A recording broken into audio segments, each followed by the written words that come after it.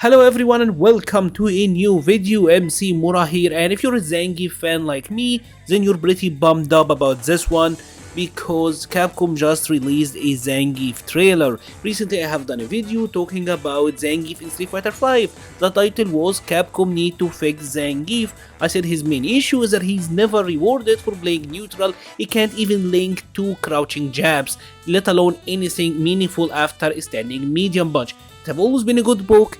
Still is a good book in Street Fighter 5, but you don't get anything, and Capcom finally listened because the first thing we see is Zangief doing a triple chops. Standing medium, standing medium, standing medium, conversions from the mid-range, yes, give me more of that.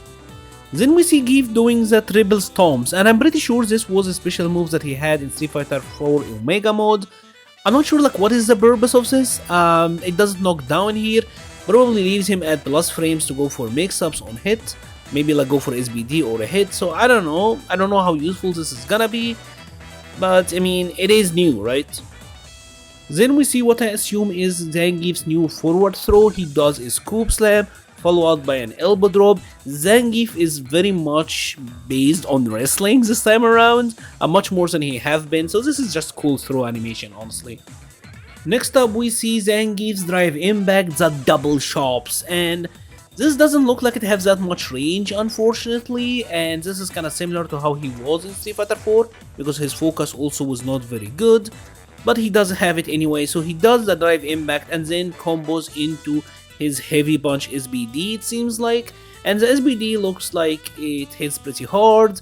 And it looks pretty fast, and the animation is really cool. He doesn't do the stupid hop backwards after landing the SBD anymore, which I love, but it does seem like there is a lot of separation between Zangief and his opponent. Does this mean that Zangief no longer gets a Vortex post SBD? Who knows, maybe he's still able to drive rush and do it, but I mean, it's interesting, right? It's our first look at the new SBD, something we will watch for the next 10 years or so.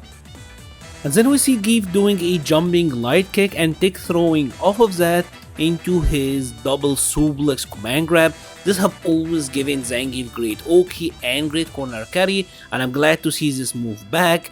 They're probably going in a direction where if you wanna get the Oki, you would do this move. If you wanna get the damage, you get the SBD, or maybe the SBD just have more range.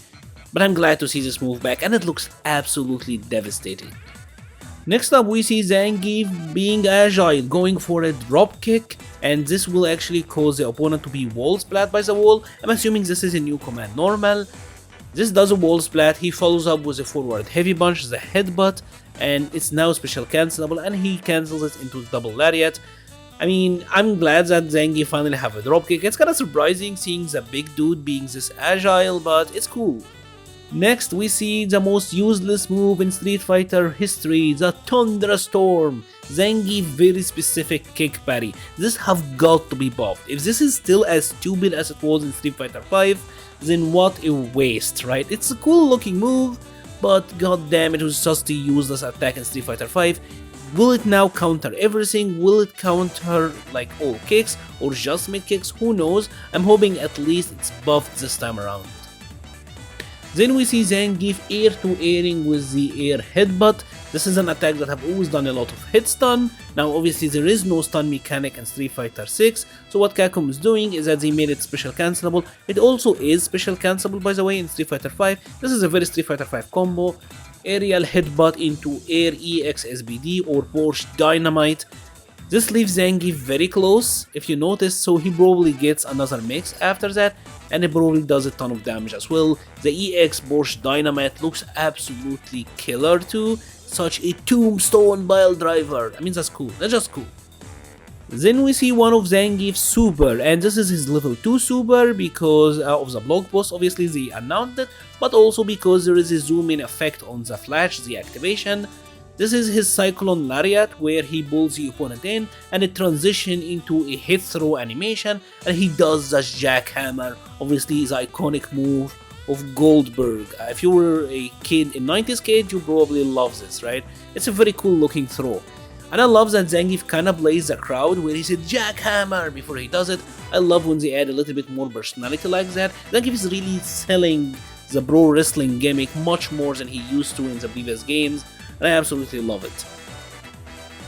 Then we see his level 3 or critical art, we don't know yet, but again, Zangief is selling the pro wrestling gimmick, he's playing to the crowd, time to get serious, does the pose, you see the light, it's very show. The showmanship is off the charts, he crosslines the opponent, talks some shit, and then goes for the biggest spinning pile driver that you have ever seen. And would you take a look at Honda's neck? Someone calls the police because Honda is dead right now.